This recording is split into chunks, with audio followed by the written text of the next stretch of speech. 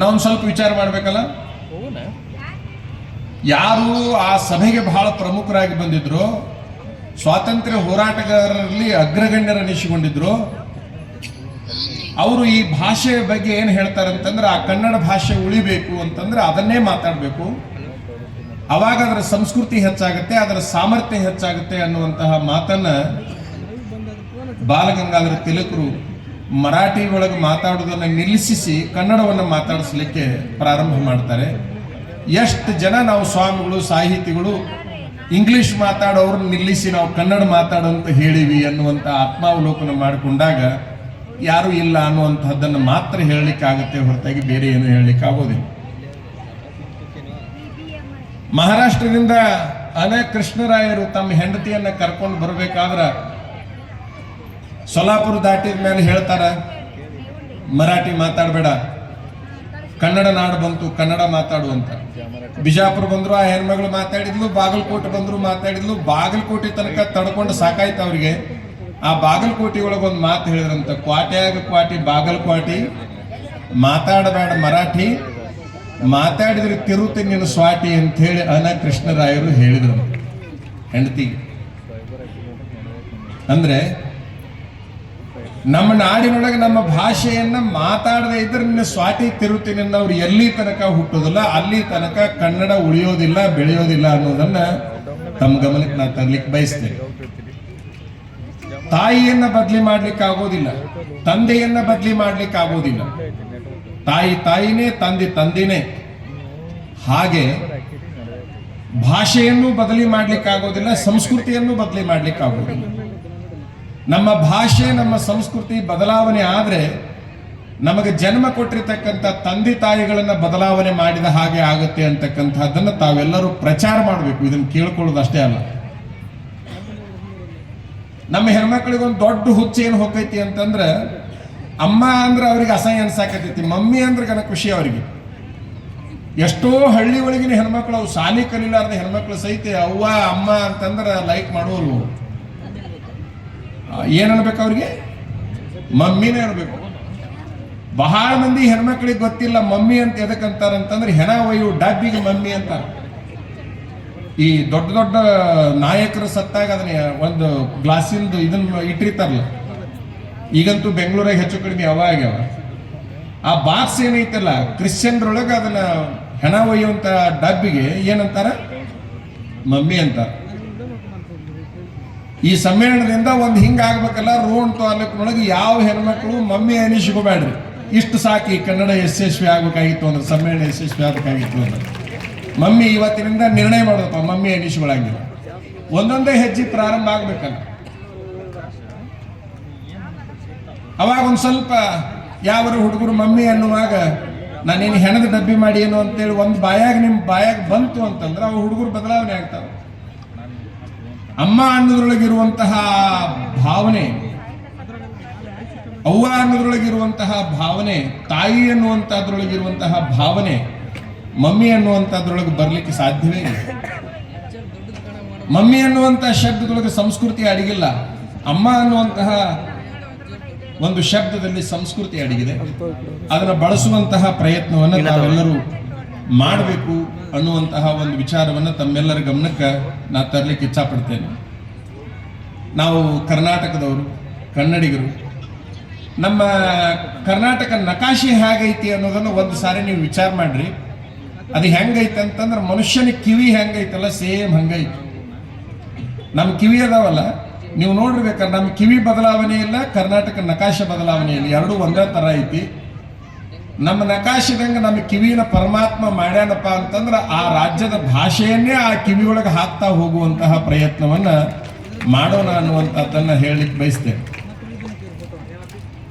ಸಾವಿರಾರು ಪುಸ್ತಕಗಳನ್ನು ನಾನು ಓದಿದ್ದೇನೆ, ನೂರಾರಲ್ಲ ಸಾವಿರಾರು ಪುಸ್ತಕಗಳನ್ನು ಓದಿದ್ದೇನೆ.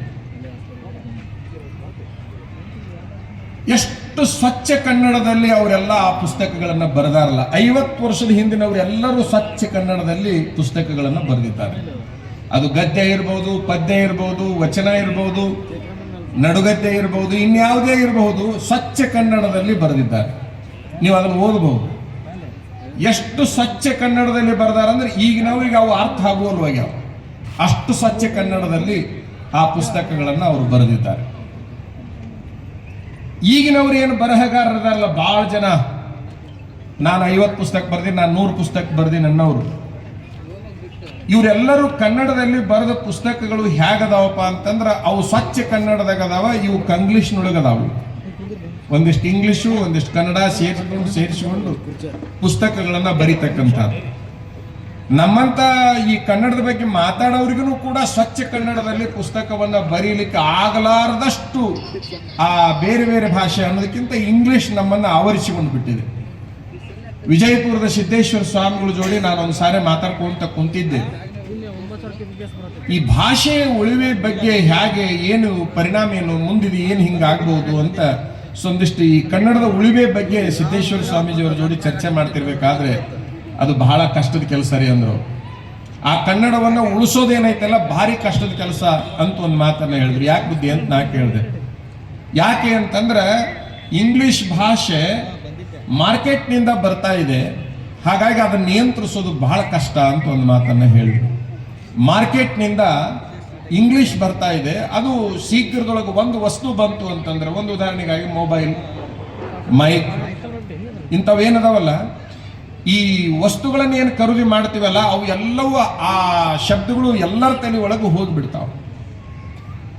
ಬಹುಶಃ ಈ ಭಾಷೆ ಉಳಿಬೇಕು ಅಂತಂದ್ರೆ ಸರ್ಕಾರ ಹೆಚ್ಚು ಮನಸ್ಸು ಮಾಡಬೇಕೇ ಹೊರತಾಗಿ ಜನಗಳು ಹೆಚ್ಚು ಮನಸ್ಸು ಮಾಡಿದ್ರೆ ಆಗ್ಲಿಕ್ಕಿಲ್ಲ. ಯಾಕಂತಂದ್ರೆ ಎಲ್ಲ ಕಚೇರಿಗಳಲ್ಲಿ ಇಂಗ್ಲಿಷು, ಆ ಕಚೇರಿಗಳಲ್ಲಿ ಇಂಗ್ಲಿಷ್ ಮಾತಾಡೋರು, ಇಂಗ್ಲಿಷ್ ಪುಸ್ತಕಗಳು, ಇಂಗ್ಲಿಷ್ ಕಾಗದ ಪತ್ರಗಳು ಎಲ್ಲದೂ ಇಂಗ್ಲಿಷ್ ಇಂಗ್ಲಿಷ್ ಇಂಗ್ಲಿಷ್ ಅನ್ನುವಷ್ಟರ ಮಟ್ಟಿಗೆ ಆಗಿದೆ. ಹಾಗಾಗಿ ಸರ್ಕಾರನೂ ಕೂಡ ಕಡ್ಡಾಯವಾಗಿ ತನ್ನ ಭಾಷೆಯನ್ನು ಉಳಿಸಿಕೊಳ್ಳಿಕ್ಕೆ ಪ್ರಯತ್ನ ಮಾಡಬೇಕಾಗುತ್ತೆ ಅಂತಕ್ಕಂಥದ್ದು. ಅದರ ಜೊತೆಗೆ ಅಂತಹ ನಿಯಮಗಳನ್ನು ಸರ್ಕಾರ ಜಾರಿ ತಂದಾಗ ಜನಗಳು ಕೂಡ ಅದನ್ನು ಪಾಲನೆ ಮಾಡಿದಾಗ ಮಾತ್ರ ಆ ಭಾಷೆ ಉಳಿಯಲಿಕ್ಕೆ ಸಾಧ್ಯ ಅನ್ನುವಂಥದ್ದನ್ನು ಈ ಸಂದರ್ಭದಲ್ಲಿ ತಮ್ಮೆಲ್ಲರ ಗಮನಕ್ಕೆ ನಾನು ತರಲಿಕ್ಕೆ ಇಚ್ಛಾಪಡ್ತಾ, ಒಟ್ಟಾರೆ ಯಾವುದೇ ಒಂದು ವಸ್ತು ವ್ಯಕ್ತಿಗಳನ್ನು ಬದಲಾವಣೆ ಮಾಡ್ತಾ ಇದೆ, ಒಂದು ಪ್ರಕರಣ, ಒಂದು ವಸ್ತು, ಆದರೆ ಅದರ ಪರಿಣಾಮ ಶೂನ್ಯ. ಒಂದು ದೊಡ್ಡ ನಗರದಲ್ಲಿ ಪ್ರಮುಖ ರಸ್ತೆ ಒಳಗೆ ಒಂದು ಹಂದಿ ಸತ್ತು ಬಿತ್ತಂತೆ. ಏನು ಸತ್ತು ಬಿತ್ತು?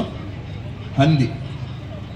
ಅದು ಅಲ್ಲಿ ಬಿದ್ದು ಕೂಡಲೇ ಒಬ್ಬ ಮನುಷ್ಯ ಬಂದು ಅದೇ ಹಂದಿ ಮುಂದೆ ಕೂತ್ಕೊಂಡು ದೊಡ್ಡ ಪ್ರಮಾಣ ಪ್ರತಿಭಟನೆ ಮಾಡ್ಲಿಕ್ಕೆ ಹತ್ತಿದ. ಪ್ರತಿಭಟನೆ ಬಹಳ ಎತ್ತರದ ಮಟ್ಟಕ್ಕೆ ಹೋತು. ಇದನ್ನು ಯಾರು ಪ್ರತಿಭಟನೆ ಪ್ರಾರಂಭ ಮಾಡಿದವರು ಅಂತ ಸುದ್ದಿ ಆದಾಗ ಅವನ ಅಂತ ಗೊತ್ತಾಯ್ತು.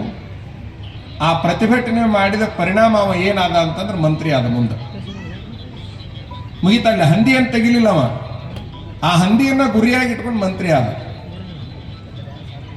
ಅದರ ನಂತರದಲ್ಲಿ ಮತ್ತೊಬ್ಬ ಅಲ್ಲಿ ಬಂದ, ಆ ಹಂದಿ ಹೇಗೆ ಸತ್ತು, ಏನಾಯ್ತು ಎಲ್ಲದನ್ನು ಕುರಿತು ಲೇಖನಗಳನ್ನು ಬರೆದು ಅವ ಜ್ಞಾನಪೀಠ ಪ್ರಶಸ್ತಿಯನ್ನು ಪಡ್ಕೊಂಡ. ಹಂದಿಯನ್ನು ತೆಗಿ ಅಂತ ಹೇಳಿಲ್ಲ ಅವ, ತೆಗಿಲಿಲ್ಲ ಅವ. ಇನ್ನೊಬ್ಬ ಬಂದು ಅದು ಎಷ್ಟು ದಿವಸದ ಹಿಂದೆ ಸತ್ತು, ಇವತ್ತಿನ ದಿವಸ ಅದರ ದುರ್ಗಂಧ ಎಷ್ಟರ ಮೆಟ್ಟಿಗೆ ಐತಿ, ಅದು ಎಷ್ಟು ಪೊಲ್ಯೂಷನ್ ಏನಾಗುತ್ತೆ ಅಂತ, ಅದನ್ನ ಪರಿಸರದ ಮೇಲೆ ಎಷ್ಟು ಪರಿಣಾಮ ಬೀರುತ್ತೆ ಅಂತ ಅವ ಸಂಶೋಧನೆ ಮಾಡಿ ಅವ ದೊಡ್ಡ ವಿಜ್ಞಾನಿ ಅನಿಸಿಕೊಂಡ. ಎಲ್ಲರೂ ಅದನ್ನು ಬಳಕೆ ಮಾಡಿಕೊಂಡ್ರೆ ಹೊರತಾಗಿ ಅದನ್ನು ಬಳದು ಹಾಕುವಂತ ಕೆಲಸವನ್ನು ಯಾರೂ ಮಾಡಲಿಲ್ಲ. ಹಾಗೆ ಈ ಭಾಷೆಯ ಬಗ್ಗೆ ಎಲ್ಲರೂ ಮಾತಾಡಬಲ್ಲವೇ ಹೊರತಾಗಿ ಅದರ ಉಳಿವೆ ಬಗ್ಗೆ, ಅದರ ಬೆಳವಣಿಗೆ ಬಗ್ಗೆ ನಾವ್ಯಾರೂ ನಿಜವಾಗಿಯೂ ಹೃದಯ ಸಾಕ್ಷಿಯಿಂದ ಕ್ರಮಗಳನ್ನು ತೆಗೆದುಕೊಳ್ತಾ ಇಲ್ಲ ಅನ್ನುವಂತಹದ್ದು ನನ್ನ ಹೃದಯ ಸಾಕ್ಷಿಯ ಮಾತು ಅಂತಕ್ಕಂಥದ್ದನ್ನು ಈ ಸಂದರ್ಭದಲ್ಲಿ ತಮ್ಮೆಲ್ಲರ ಗಮನಕ್ಕೆ ನಾನು ತರಲಿಕ್ಕೆ ಇಚ್ಛಾಪಡ್ತಾ, ಭಾಷೆ ಉಳಿಬೇಕು ಅಂತಂದ್ರೆ ಅದಕ್ಕೆ ಹೆಣ್ಣು ಮಕ್ಕಳೇ ಮನಸ್ಸು ತಯಾರಾಗಬೇಕೇ ಹೊರತಾಗಿ ಬೇರೆ ಯಾರಿಂದನೂ ಕೂಡ ಅದು ತಯಾರಾಗಲಿಕ್ಕೆ ಸಾಧ್ಯವೇ ಇಲ್ಲ. ಹೆಣ್ಣು ಮಕ್ಕಳು ಮನಸ್ಸು ಮಾಡಿದಾಗ ಮಾತ್ರ ಭಾಷೆ ಉಳಿತದೆ. ಯಾಕಂತಂದ್ರೆ ಕೂಸುಗಳು ತಾಯಿ ತೊಡಿ ಮೇಲಿದ್ದಾಗ ಭಾಷೆ ಒಳಗೆ ಹೋಗ್ಲಿಕ್ಕೆ ಪ್ರಾರಂಭ ಆಗ್ತದೆ. ಆ ಸಂದರ್ಭದಲ್ಲಿ ತಾವೆಲ್ಲ, ನಾವು ಇಂಗ್ಲಿಷ್ ಕಲ್ತಿಲ್ಲೇನಂತಲ್ಲ, ಮನೆ ಇಂಗ್ಲಿಷ್ ಕಲ್ತಿಲ್ಲ ಅಂತಲ್ಲ, ಹಿಂದಿ ಕಲ್ತಿಲ್ಲ, ಹಿಂದಿ ಕಲ್ತಿದ್ದೀವಿ. ಅನಿವಾರ್ಯ ಆಗಿತ್ತು ನಮಗೆಲ್ಲ ಶಿವಯೋಗ ಮಂದಿರದಲ್ಲಿ ಕಡ್ಡಾಯವಾಗಿ ಕನ್ನಡವನ್ನೇ ಕಲಿಬೇಕು, ಸಂಸ್ಕೃತವನ್ನೇ ಕಲಿಬೇಕು, ಅದನ್ನು ಬಿಟ್ಟರೆ ಬೇರೆ ಏನು ಕಲಿಬಾರ್ದು ಅಂತ. ಹೊರ ರಾಜ್ಯಕ್ಕೆ ಹೋದಾಗ ಬಹಳ ಸಮಸ್ಯೆಗಳಾದಾಗ ನಾವು ಅನಿವಾರ್ಯವಾಗಿ ಒಂದಿಷ್ಟು ಇಂಗ್ಲಿಷ್ ಕಲಿಬೇಕಪ್ಪ, ಒಂದಿಷ್ಟು ಮಾತಾಡಕರ ಬರ್ಬೇಕಪ್ಪ, ಓದಾಕರ ಬರ್ಬೇಕಪ್ಪ ಅಂತೇಳಿ ಅನ್ನೋಷ್ಟರ ಮಿಟ್ಟಿಗೆ ಕಲ್ತಿದ್ದೀವಿ, ಕಲ್ತಿಲ್ಲ ಅಂತ ಅಲ್ಲ. ಇಲ್ಲಿ ಒಡೆಯರ್ ಸರ್ ಕುಂತಾರ, ಎಮ್ ಎ ಒಡೆಯರ್ ಅಂತೇಳಿ, ಅವ್ರ ಹೆಸರು ಇದ್ದಂಗೆ ಕಾಣೋದಿಲ್ಲ ಈ ಪತ್ರಿಕೆ ಒಳಗೆ. ಇಲ್ಲೇ ನರೇಗಲ್ ಅವರು ಕೋಡಿಕೊಪ್ಪದವರು. ಕನಿಷ್ಠ 10 ಪುಸ್ತಕಗಳನ್ನು ಕನ್ನಡದಲ್ಲಿ ಬರೆದಾರೆ, ಕನಿಷ್ಠ 10 ಪುಸ್ತಕಗಳನ್ನು ಇಂಗ್ಲೀಷ್ನೊಳಗೆ ಬರೆದಾರೆ, ಕನಿಷ್ಠ 20 ಪುಸ್ತಕಗಳು ದೊಡ್ಡ ದೊಡ್ಡ ಪುಸ್ತಕಗಳನ್ನು ಬರೆದಾರ ಅವರು ಬಹುಶಃ ಅವ್ರು ಇರೋ ಪತ್ರಿಕೆಗಳು ಕಾಣಲಿಲ್ಲ ಅಂತ ನಾ ಅನ್ಕೊಂತೀನಿ. ಮುಂದಿನ ಸಮ್ಮೇಳನದಾಗ ಆದ್ರೂ ಕೂಡ ಒಡೆಯರ್ ಸರ್ನ ಸಮಾಜದವರು ಸಾಹಿತಿಗಳು ಗುರುತಿಸಬೇಕು. ನಮ್ಮ ವಿವೇಕಾನಂದ ಅವರಿಗೆ ಹೇಳಲಿಕ್ಕೆ ಬಯಸ್ತೇನೆ. ಯಾಕಂತಂದ್ರೆ ಅವ್ರಿಗೆ 84 ವರ್ಷ. ಈಗ ಸಾಕಷ್ಟು ಜ್ಞಾನಿಗಳಿದ್ದಾರೆ. ಅಂದ್ರೆ ಅವರೊಬ್ಬರ ಅಂತ ಅಲ್ಲ, ಅಂಥವ್ರು ಸಾಕಷ್ಟು ಜನ ಇದ್ದಾರೆ. ಪತ್ರಿಕೆ ಒಳಗೆ ಹೆಸರು ಹಾಕದೇ ಇದ್ರೂ ಪರವಾಗಿಲ್ಲ, ಅವ್ರನ್ನ ವೇದಿಕೆ ಮೇಲೆ ಕರೆದು ಒಂದು ಗೌರವಿಸಿದರೆ ನನಗಂತೂ ವೈಯಕ್ತಿಕ ಖುಷಿ ಆಗುತ್ತೆ ಅಂತ ನಾನು ಹೇಳಲಿಕ್ಕೆ ಬಯಸ್ತೇನೆ. ನಮ್ಮ ಶಿರಹಟ್ಟಿ ಮಠದ ಕಾಲೇಜಿನ ಪ್ರಿನ್ಸಿಪಾಲ್ರು ಆಗಿದ್ರು ಅವರು ಕೂಡ ನನಗೆ ಇಂಗ್ಲೀಷ್ ಕಲಿಸಿದವ್ರೆ. ಇಂಗ್ಲೀಷ್ ಕಲಿಸ್ಯಾರ ಅಂತ ನಾನು ಹೇಳಕತ್ತಿಲ್ಲ, ಅವರು ಸಾಕಷ್ಟು ಕೆಲಸವನ್ನು, ಸಾಹಿತ್ಯಿಕ ಕೆಲಸವನ್ನು ಮಾಡ್ತಾ ಇದ್ದಾರೆ ಅಂತ ಈ ಮಾತನ್ನು ಹೇಳಲಿಕ್ಕೆ ಬಯಸ್ತಾ ಇದ್ದೇನೆ. ಒಂದು ಗಜೇಂದ್ರಗಢದ ಬಗ್ಗೆ ನಂಗೆ ಭಾಳ ಖುಷಿ ಅನಿಸೋದು ಅಂತಂದ್ರೆ, ಯಾವುದಕ್ಕೂ ಬೇಸರ ಮಾಡ್ಕೊಳ್ಳಂಗಿಲ್ಲ ಗಜೇಂದ್ರಗಢದ ಜನ. ಮನೆಮೆಂಟ್ ತಾನೇ ನಾಡ ಬೆರಗಾಗುವಂಥ ಬಸವ ಪುರಾಣದ ಕಾರ್ಯಕ್ರಮ ಮಾಡಿದ್ರಿ, ಈಗ ಮತ್ತೆ ಈ ದೊಡ್ಡದೊಂದು ಸಾಹಿತ್ಯ ಸಮ್ಮೇಳನವನ್ನು ಮಾಡಾಕತ್ತೀರಿ. ಅನ್ಬೋದಾಗಿತ್ತು, ಕಾರಣ ಕೊಡ್ಬೋದಾಗಿತ್ತು. ಮನೆ ಸಮ್ಮೇಳನ ಇದನ್ನ ಬಸವ ಪುರಾಣ ಮಾಡಿವ್ರಿ, ಈಗ ನಮಗೆ ಇದನ್ನ ಮಾಡೋಕ್ಕಾಗಲ್ಲ ಅನ್ಬೋದಾಗಿತ್ತು. ಏನು ಬಂದರೂ ಮಾಡೇ ತೋರಿಸ್ತೀವಿ ಅನ್ನುವಂಥ ತಾಕತ್ತು ಗಜೇಂದ್ರಗಢ ನಗರಕ್ಕೆ ಐತಲ್ಲ, ಅದು ಬಹಳ ವಿಶೇಷ.